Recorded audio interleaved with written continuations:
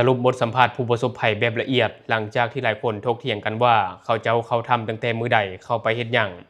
และเมื่อวานนี้ผู้ประสบภัยทั้ง4คนออกมาโดยตนเองได้แนวใดรวมไปถึงประเด็นฮอนที่ว่าตอนติดอยู่ถ้ำเขาเจ้าได้กินไม้ลอนทองหรือว่าธาตุลอนทองเทบ่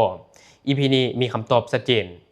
อันที่กินอยู่ในถ้ำมันนะสังคมในออนไลน์เพิ่นบอกว่ากินแนวฮอนคำมอเนี่ยกินไม่กินตอกมันเป็นความจริงบอกกับท่านผู้ชม2 ครั้งเอา3 มื้อนี่เลยสิ้นหวังซื่อเลย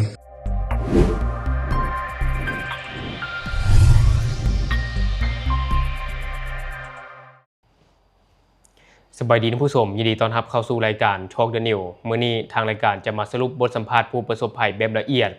หลังจากที่หลายคนยังถกเถียงกันว่าเขาเจ้าเขาทำไปตั้งแต่มื้อใดเข้าไปเฮ็ดหยังและเมื่อวานนี้ผู้ประสบภัยทั้ง4คนยังออกจากถ้ำโดยตนเองได้แนวใดรวมไปถึงประเด็นฮอนที่ว่าตอนติดถ้ำได้กินไม้ลอนทองหรือว่าธาตุลอนทองเทบ่มื้อนี้มีคำตอบชัดเจนจากบทสัมภาษณ์ของแฟนเพจ National Radio เดี๋ยวไปเบิ่งคลิปนี้นำกันเอาซื้อแรงนะซื้อแรงสแลงสีอยู่บ้านทางไสมันเก่งไปในเพิ่นว่ามีเกียร์หลายแล้วก็ครับมันเป็นนั่นสำรวจเกียร์เนี่ยแล้วก็เห็นห้อยมันพุดนั่นจอดจริงๆมันก็ไปจอบนำเขาจะเสียถ้าเราไปข้างแรงนั่นแหละแต่ว่ามันผิดพลาดนะมันสวยนะก็จะซื้อแล้วได้ข้อมูลแล้วผมได้ไปหากันทุกคนแล้วทำแบบไหนทำให้ต้องจริงไหนโอ้บางคนเขาไปสอบนั่นแหละเขาทำคือว่าจะมีเงินใช้หาใช้บางคนไปได้บางคนไปได้นะแล้วนี่ก็คนเขาก็ไปท่องทางเถื่อนเขาไปท่องทางเลยพามาไปลองกันไปที่ซื้อนี่ผู้ท่านใดยังเลยอยู่ในหันน้ำท่วมอยู่ในหันมีห้องห้อยเขาเจ้าเคยเอาแล้วว่าจังพากันไปสอบเขาเคยขุดจนเจ็ดกระบาดแล้วปีนี้เราไปอยู่แล้วน้ำมาแล้วออกก็ได้จะพากันอยู่ที่ไหนกินที่ไหนแบบนี้พอจะเห็นน้ำท่วมแล้วคนทูมันจะท่วมเลยแต่ว่ายังคิดว่าหาชีมีทางออกแต่2 ครั้งเอา3 มื้อนี่เลยสิ้นหวังซื่อเลยคือตัวตัวเองสิรอดในปัจจุบันเปอร์เซ็นต์น้อยๆนี่สุดท้ายว่าเฮาก็ว่าแหละครับบ่มีนักประดาน้ำมาเอานี่บ่มีเปอร์เซ็นต์เลยมันก็หาคำตอบในสมองในใจเฮาตอนนี้ได้ทำคือฮอดที่ไหนเป็นนอนหลับตาเห็นแต่แม่นอนหลับตาเห็นแต่ครอบครัวพอคนเป็นหัวแห้งในเฮามันเป็นบุญเกียรติเฮาจังได๋แม่เห็นง่ายที่สุดปันแบบเกิดใหม่เลยเฮาน่ะสิขอคือกับนี่ครับบ่มีผู้ใหญ่ใจดีหรือว่ารัฐบาลแล้วก็พี่น้องคนไทยมาหรือว่าต่างประเทศมาสวยนี่โอ้เฮาคงสิ้นหวังสุด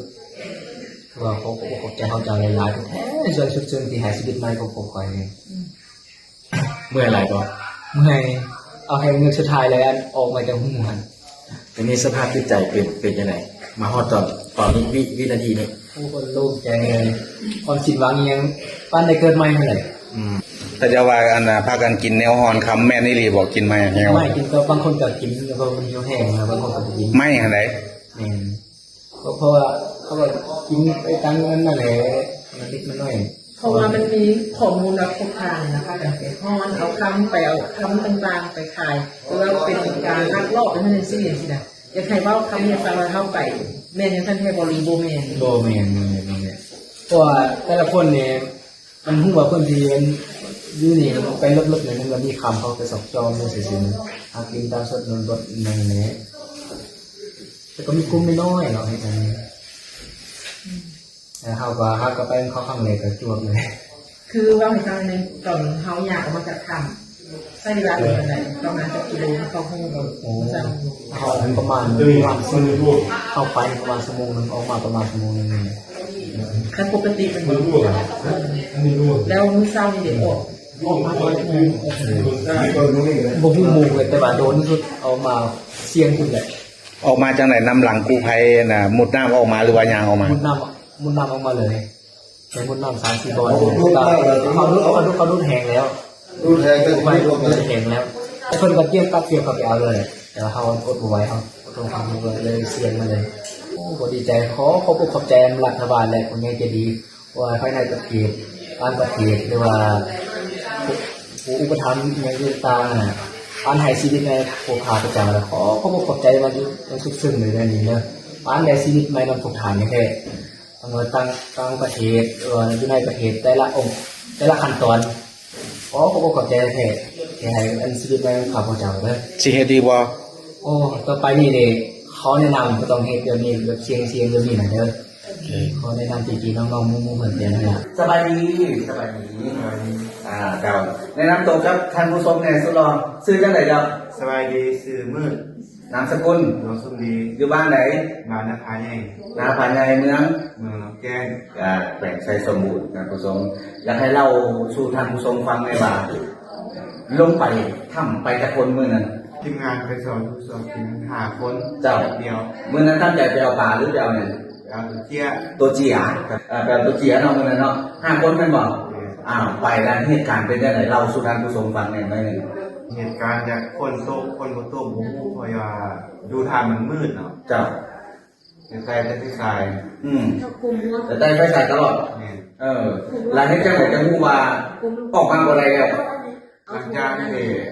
เอาตัวเจี๊ยแล้วขี่มันมาแล้วแล้วกลับมาสิมาทีนี้ทางออกแค่ทางเดียวกลับมาทางเก่าน้ำท่วม เขาชื่อออกมาทางเขาเข้าไปก็ได้ละ บ่ได้เนาะ โอ้ติดอยู่นอกกัน5 คนมาเลย แม่น เกียร์ได้หลายบอกมันนั้นได้อยู่บ่ ได้อยู่ ได้อยู่เนาะจากมือเริ่มจากมือใดมามือใดทั้งหน่วยกู้ภัยเราจำไปพ่อไปเห็น แต่วันที่18 เจ้า ที่18เป็นวันอะไรอาทิตย์บ่ หน่วยกู้ภัยก็ไปพ่อเป็นจังไหนนั่งอยู่ซื่อๆมีหน่วยกู้ภัยโค้ขึ้นมาแต่น้ำเลยบ่หรือว่าจังไหนเราในการผู้ชมฟังเนี่ยเบิ่งกล้องจักหน่อย 2 คนนอนอยู่เทิงเนาะ เจ้า หน้าเทิงเรานั่งทายอยู่บนฐานะ3 คนนั่งกอดเดียวนั่นแหละ จังหวะเข้าสิมาเขาก็เอาอันหินเลยก็ตีปลาหินนั่นเพิ่งฟ้าอันนี้เขาตีก็เขาก็ดีใจไม่ได้ยินเสียงทุกโอ้นักประดาน้ำโอ้ให้ดีใจ ดีใจหนึงอยู่ในถ้ำหันหมายก็ว่าน้ำบ่ท่วมเป็นบ่อบอลพวกเจ้าอยู่หั่นน่ะกินยังเป็นอาหาร ในระยะที่อยู่ในถ้ำ เขาเอาไปก็ได้เต็มมือหนึ่งกับคืนหนึ่งจากนั้นก็ไปเราเก็บกินขนมเก่าตัวมากินกินหันตัวมาติดหน่อยเดียว เลี้ยงผมนั้น แม่น กินน้ำเท่านั้นแหละ ตอนนั้น ห่วย ในปัจจุบันนี้ยังอยู่ในถ้ำจักคนแค่ 2 คน 2 คนที่มู่ไปน้ำกันนี่บอก เขาไปหากันหลัง โอ้พระเจ้าไปตั้ง5ท่านผู้ชมไม่เข้าใจเลยบ่แม่นว่าทีมเดียวที่ไปพร้อมกันแม่นว่าพระเจ้าไปตั้ง5คือว่า2 คนที่ยังบ่ได้เห็นที่สังคมยังสงสัยว่าไปน้ำกันแล้วเนี่ยกูยังบ่เห็น2 คนนี้แม่นว่าที่2 คนนี้ไปตั้ง5คนละทีมกัน คนละเวลากันมันบอกแต่ว่ามื้อเดียวกันบอกมื้อเดียวกันท่านผู้ชมเนาะลืมอีกอันนึงถามคือนิดหน่อยนึงว่าอันที่กินอยู่ในถ้ำมันนะสังคมในออนไลน์เพิ่นบอกว่ากินแนวฮอนคำมอเนี่ยกินไม่กินตอกมันแม่นบ่จริงบ่บอกกับท่านผู้ชม บ่มีเด้ออันนี้บ่มี หมายว่าอันกินได้เรียนของขนมเก่ากัน แม่น กับกินน้ำเท่านั้นท่านผู้ชมอันที่ว่ากินนั่นกินนี่เนี่ยบ่แม่นความจริงเนาะ จากบทสัมภาษณ์ที่ให้เฮาได้ฮู้ว่าตอนทำอิฐพวกเขาแม่นได้ไปหาสัตว์ป่าอยู่ภายในถ้ำโดยเฉพาะก็แม่นตัวเจียแต่พอเข้าไปกับเห็นห้องห้อยการขุดค่ำเนาะเขาเจ้าก็เลยอยากได้เลยพากันไปขุดแต่โชคบ่ดีกับติดถ้ำหลายวัน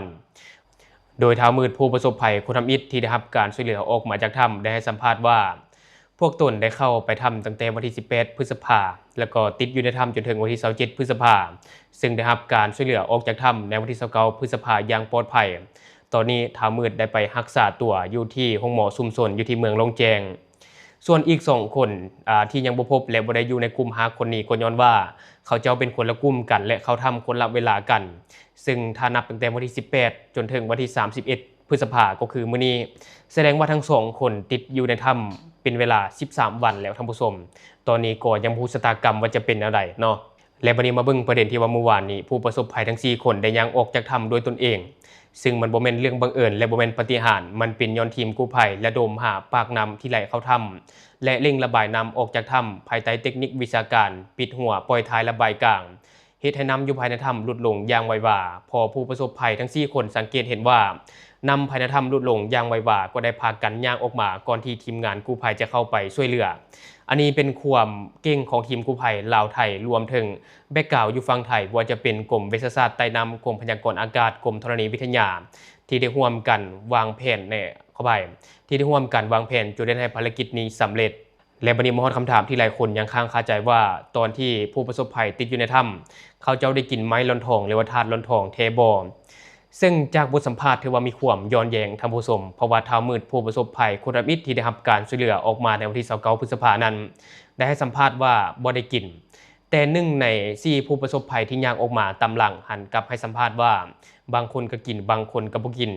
สรุปแล้วอยู่ทางไหนน่าจะมีทั้งคนกินและคนบ่กินเนาะเพื่อประทังชีวิตและว่าในตอนนี้เองภารกิจในครั้งนี้ก็ยังบ่จบเทื่อเพราะว่ายัง2คนที่ยังคงสูญหายและตอนนี้ทางทีมกู้ภัย